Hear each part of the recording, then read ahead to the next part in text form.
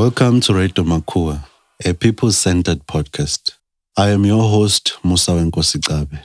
Coming up in today's episode, the people of Ermelo in Mpumalanga are preparing themselves for the transition to renewable energy and green hydrogen production in their area. The communities around here are thinking about what it means to transition as a town. What does it mean for young people who are unemployed, and also the skills that are necessary for a town that's facing the sunset? Currently, I'm not working. I'm a job seeker, and I have heard that this thing is going to open a lot of opportunities which will benefit the whole community, not me alone. We also hear from the chair of the Presidential Climate Commission. But while there's job losses in the coal value chain, the opportunities this transition allows us, we'll see more jobs being created. So for every job that's being lost in the coal value chain, you possibly will create anything up to 2 to 3 jobs in the other sectors of the economy. This episode is part of a series on green hydrogen produced by the Mining Affected Communities United in Action and Women Affected by Mining United in Action, Makua Wamua. This is a social justice movement that has a stronghold and organizes communities affected by mining activities in South Africa. Makua Wamua is part of a network of civil society organizations known as Green Hydrogen Watch. The network monitors and shares insights and experiences on the development of green hydrogen in South Africa to help communities engage meaningfully with green hydrogen development. In previous episodes, the bulk of our conversations with community members has been centered on Mpumalanga in Limpopo province. This is where Anglo-Americans' Green Hydrogen Valley will kickstart the green hydrogen economy, starting from Limpopo to Gauteng and KwaZulu-Natal through 9 pilot projects, from fuel cells, transportation, mining, to mention but a few. Makua Wamua organizes around Mpumalanga, and development of green hydrogen here will impact the surrounding communities that are impacted by the largest open-pit platinum mining.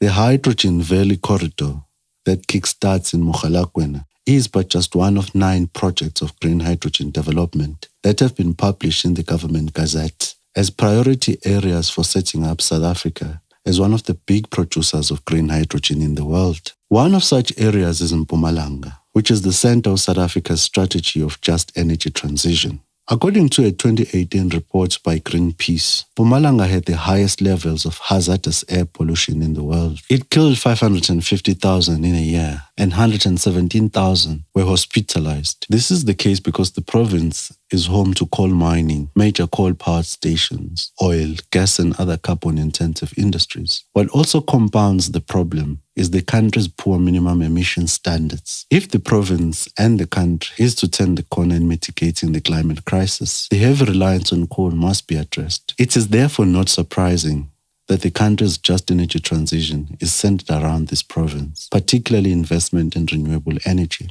In anticipation of the development of green hydrogen and green ammonia facilities in Ermelo, Khutala Environmental Care Group hosted a post-school youth skills summit at Sibande District Municipality in Ermelo. The NGO is part of a Green Hydrogen Watch loose network. This was part of their ways to say communities don't want to be left behind in the transition, particularly when it comes to skills development, livelihoods, and sustainable futures. We got an opportunity to attend the summit and interact with ordinary people and speakers at the summit. Regarding the just energy transition, we asked those who were in attendance at the summit, what is the role of communities in these developments, especially since they are experiencing climate crisis, air pollution, and mass unemployment? I'm Nonjabulo Jele. I am 33 years old. I was born here in Mpumalanga, around town in Ermelo. Currently, I'm not working. I'm a job seeker, and I have heard that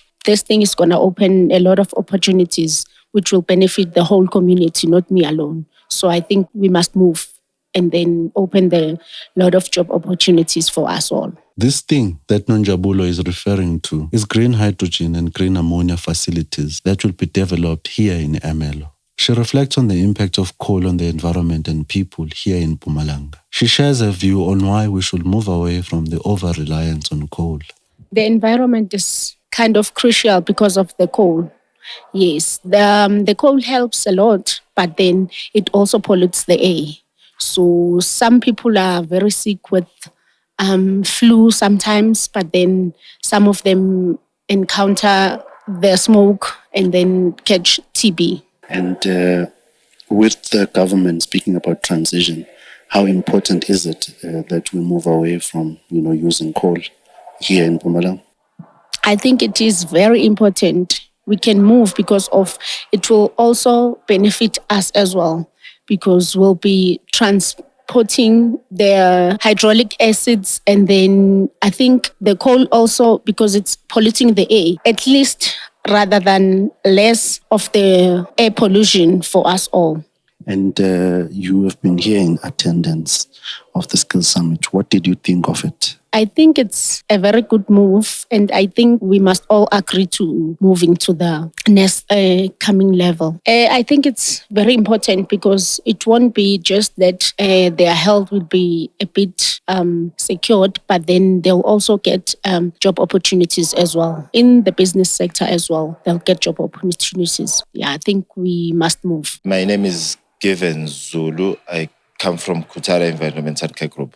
Given also helps us to unpack and understand the problem created by coal mining here in Mpumalanga and the significance of making sure that communities are part of the just energy transition from the inception. Khutala is an environmental group, and what does it do? It looks out for environmental justice, because we all know which environmental can speak for itself. So Khutala, it's like an advocacy for the environment to say if something is wrong in the environment, and then we took it upon ourselves as Khutala to try and fix it or to try and sort it out. Like there's an environmental injustice, try and get in and sort it out, even socially, because there are social injustices also. So we also try and... Here in Mpumalanga, how big is the problem of the environment and environmental degradation? Well, it's quite huge because at first we are one of the most dirtiest place in the world. Mpumalanga is like Ermelo is part of the high priority area,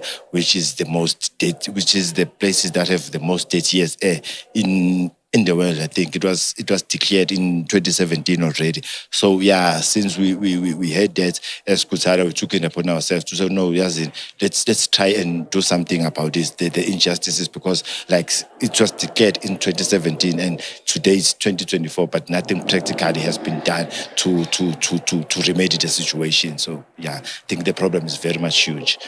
And how has it impacted people, the pollution and the existence of coal mining here? Well, it impacted the people negatively, badly, if I may say, because if it's the pollution of the air, it's affecting their lungs. So their lungs they can't work. When the mine comes and say no, we're gonna dig here, we're gonna give you work, and when they take them to the medical testing, they can't because the dirty air has already affected their lungs. So when they go to the medical test, they fail.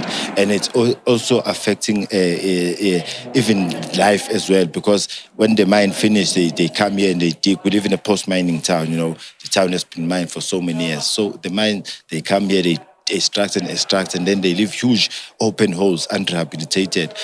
Most of those holes, they get filled with water, while it's raining. So we do not have a swimming pool due to the delaying infrastructure around. So when it's hot and kids see water, they are tempted to swim, while the water is filled with acid mine drainage and the water is filled with shafts. There are shafts underneath. So when the kids go there and swim, they get stuck underneath the shaft. So we've lost 20 kids already due to the drowning, and some get affected with cancer, due to the acid mine drainage. So it's not only affecting the livelihood as jobs and but it's affecting their life directly. And for you, as an activist and as Khutala, how then important is it that we move away from coal? Well, seeing the destruction like of the Highveld, which is how the coal mining has destructed the Highveld, I think it's really important for us to move away, because I think if we do not move away now,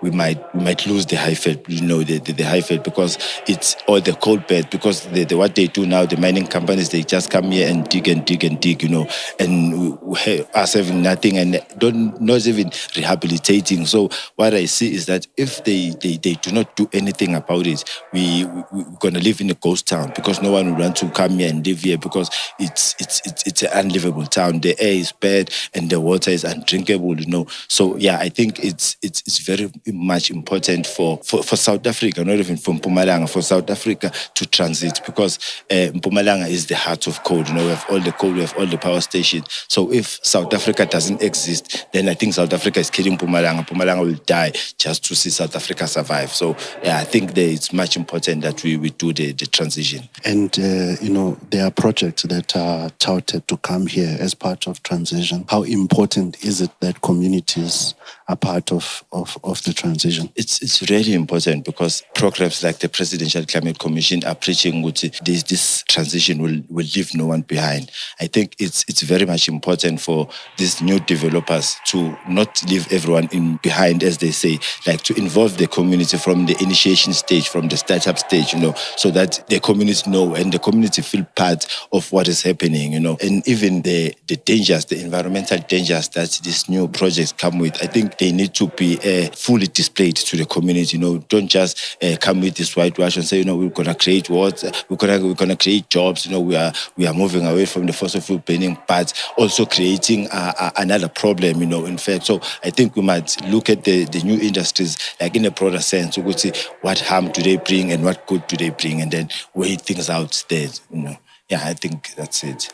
Skills that come out of these developments, how important it is that these are sustainable jobs. These are jobs that can sustain livelihoods, but also make sure that the environment is safe. It's very, very much important. It's very crucial. As I said, Mpumalanga is on a declining stage, when it comes to environment and health-wise. So I think if we need to do any improvement or any justice to the people of Mpumalanga, these skills, they need to come from the people of Mpumalanga. People of Mpumalanga need to equip with these skills, and even also what maybe we did not mention at all is like the reskilling of people, because like in Komati they said they were doing the transition and they closed down Komati, and after, but the mistake that they didn't do reskilling of the people of Komati, and they didn't do proper consultation with the people of Komati. They just told them, no, this power station is polluting the air, is releasing dirty carbon, so we need to be shut down for the just transition. But what they forgot to mention or they forgot to do is to reskill these people so that when the new industries come, they will be ready for those industries that are coming. So I think it will be imperative for us as South Africans to say, okay, fine, maybe because now I say some people are skeptic about the moving, So I think for us, what would work or be beneficial for us is to embrace the move and come and embrace whatever it comes with, so that we could benefit from it. My name is Dinga Sikwebu. I work for Hendrik Bull Foundation, and I'm also part of a loose network called Hydrogen Watch. We then speak to activist and now retired unionist Dinga Sikwebu, who played the role of facilitation for the 3-day summit and assisted organizing the summit at the request of Khutala. He takes us through the objective of the Green Hydrogen Youth Skills Summit. What is happening here is a post-school youth skills summit. It's a summit that is organized by Khutala Environmental Care Group together with the Gersibande District Municipality and the Msuka Ligwa Municipality, which is the local municipality, and the Gersibande TVET College. And the reason why they are organizing this summit is that Ermelo and surround historically has been a mining town dependent on coal. And with the talk of a energy transition, the communities around here are thinking about what it means to transition as a town. What does it mean for young people who are unemployed, and also the skills that are necessary for a town that's facing sunset. And some of the people who are attending here are young people. What is the idea, in terms of just making sure that you have such a summit? What is the overarching theme? I mean, the theme of this summit is training for livelihoods. Although we are clear that some of the projects that are planned for Ndrina and Camden, which are nearby areas, I mean, those projects will not be able to absorb the number of young people who are unemployed.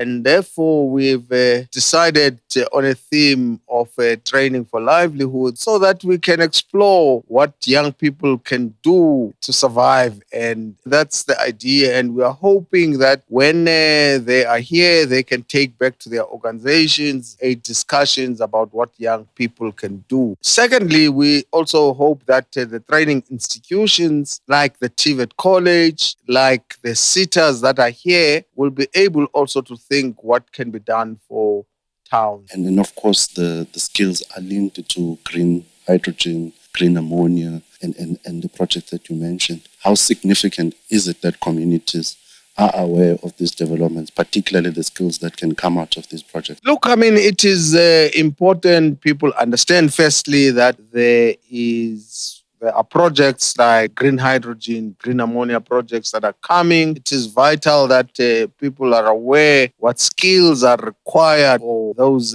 sectors. And it is for those reasons that we've got Chemical Industries Training Authority, CHITA, talking today about what are the qualifications needed for the sector so that young people in this area can prepare themselves for what's coming. But as I said, many of these industries are capital-intensive industries, and they will not be able to absorb the unemployed in this area. So we are broadening the discussion beyond a discussion on qualifications necessary for green ammonia to a discussion on what kind of training is needed for livelihood in a sunset town.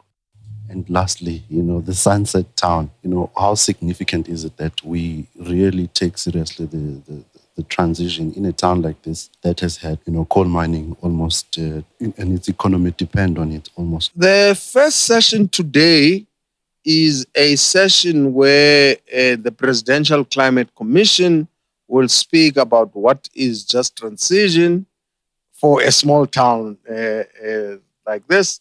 We've also have the Mpumalanga Green Cluster agency that will speak about the plans for a town like Ermelo.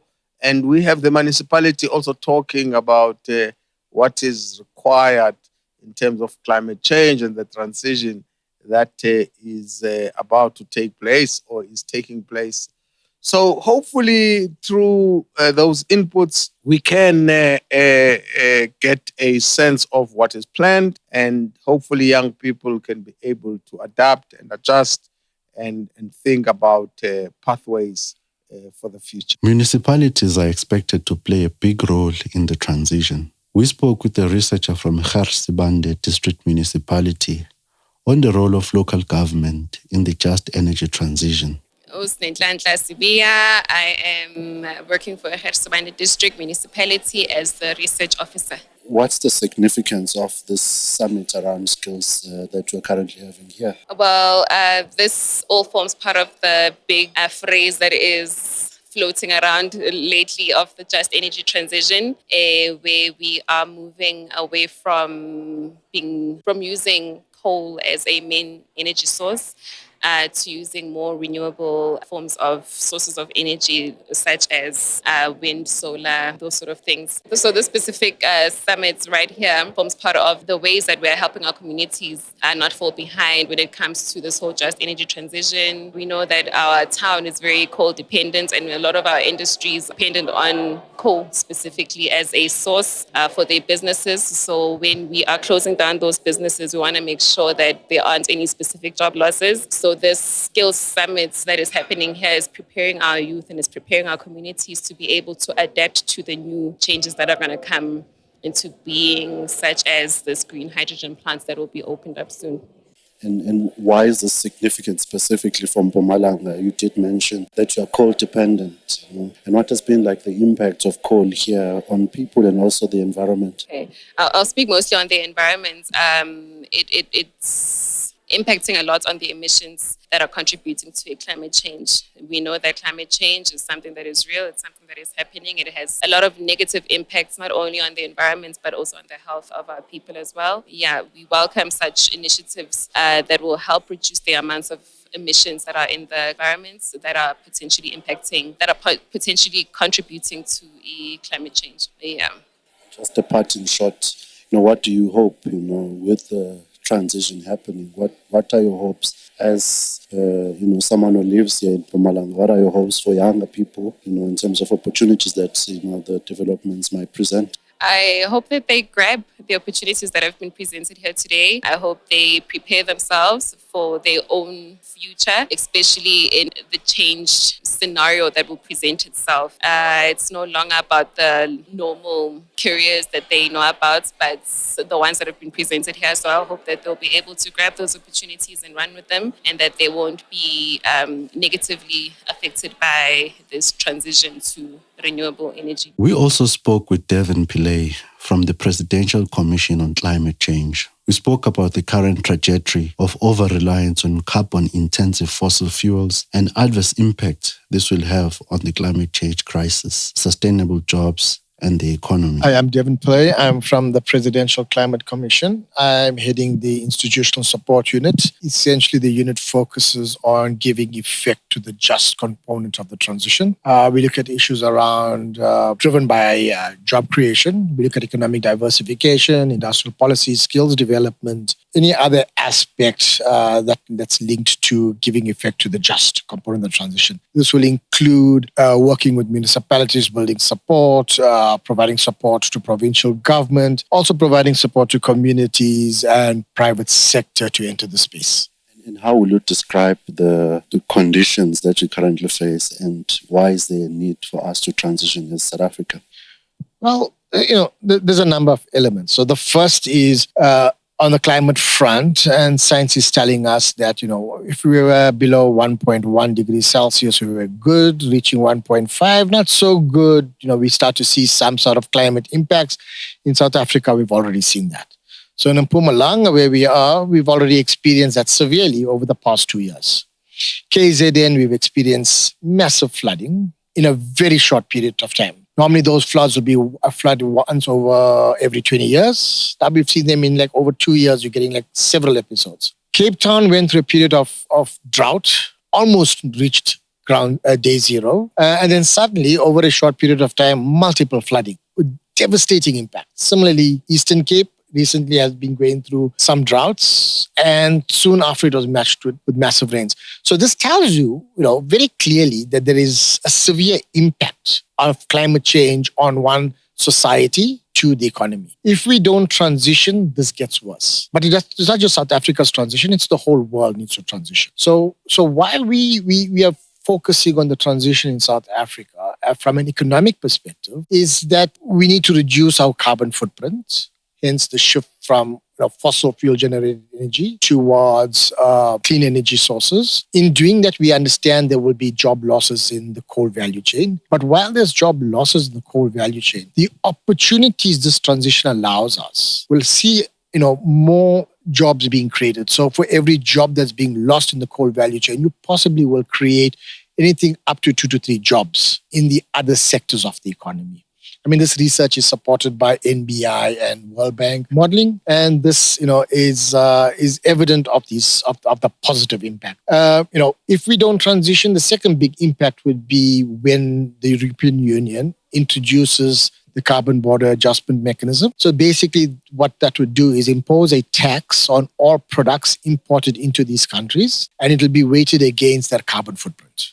So if you're using a fossil fuel energy to manufacture, that would be taxed versus further taxed rather than those that are not.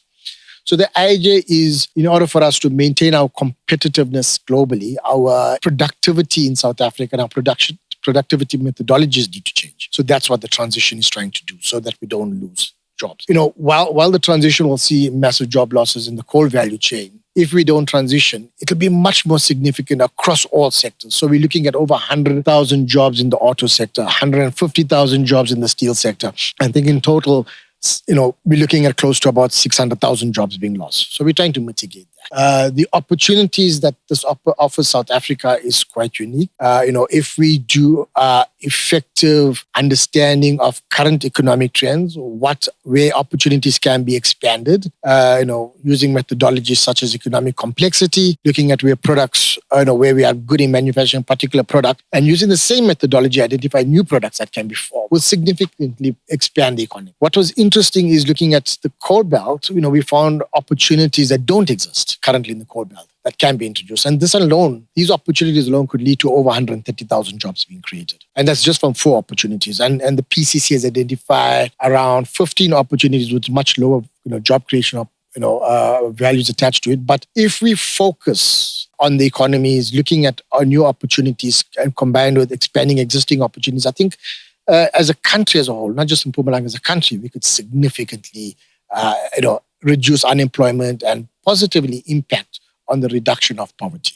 And just lastly, how sustainable are the jobs in terms of the jobs that the research has identified that can be created, and also looking at the economy as a whole.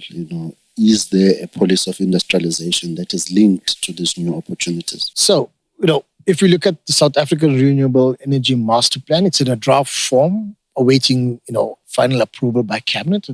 That master plan focuses on the renewable energy sector. So it's wind, solar, and battery. Huge, massive opportunities already are pegged in there. Now, if we begin to unpack that, you're going to have massive opportunities, not just in Mpumalanga, but across the country. So you're looking at Northern Cape, Western Cape, Eastern Cape, all expanding within these 3 opportunities. When you build in hydrogen, which is not part of the SARAM at the moment, you have great opportunities that's going to be created. And in the hydrogen belt, expanding from Northern Cape, Western Cape, Eastern Cape, all the way to KZN, provides huge opportunities. The greater opportunities lie outside of renewable energy. So you would find opportunities in mining, critical minerals and rare earth materials, where this would be significant and huge demand. I think it's very important when we look at the economy is to distinguish between need and demand. Meeting a need is short-term, demand must be long-term and sustainable. So if we look at the auto value chain, if we don't transition to NEVs, we lose an entire market in Europe. And that's the bulk of our export. So when we transition, we are creating huge opportunities for all of the companies in Eastern Cape that supply Eastern Cape and Gauteng, that supply the auto sector to transition to the NEVs. If they become globally competitive, then they can support China, they can support India, who are now also expanding into NEV manufacturing. So these opportunities exist. We just need to exploit them. In terms of agriculture, interestingly in Mpumalanga, the coal belt, it's common knowledge that it's highly polluted. But if you use certain agricultural products, such as hemp, elephant grass, etc., over a period of time, you'll be able to rehabilitate that soil for agricultural purposes. And in that period of resuscitating the soil, you'll be able to use that for biomass and other opportunities. Once the soil is rehabilitated, we can then enter mainstream agriculture. A whole new opportunity then arises. But what's important for me is how do we build in this entire ecosystem, communities and workers, to begin to own parts of these new economies that are emerging. We can't continue to have our communities and workers remain workers. They need to start becoming part of the envisaged South Africa, which is owning parts of the economy. So in this entire transition, this is what we need to build in. As we develop and expand these economic opportunities, we must get communities and workers to start over. That was Devan Pillay from the Presidential Commission on Climate Change. That brings us to the end of our episode. This podcast series, produced in partnership with ActionAid International, is available on our website at www.makua.org.za and wherever you get your podcast. Do follow Makua Wamo on social media for more content on the work we do. I am your host, Musa Wenkosikabe. Take care.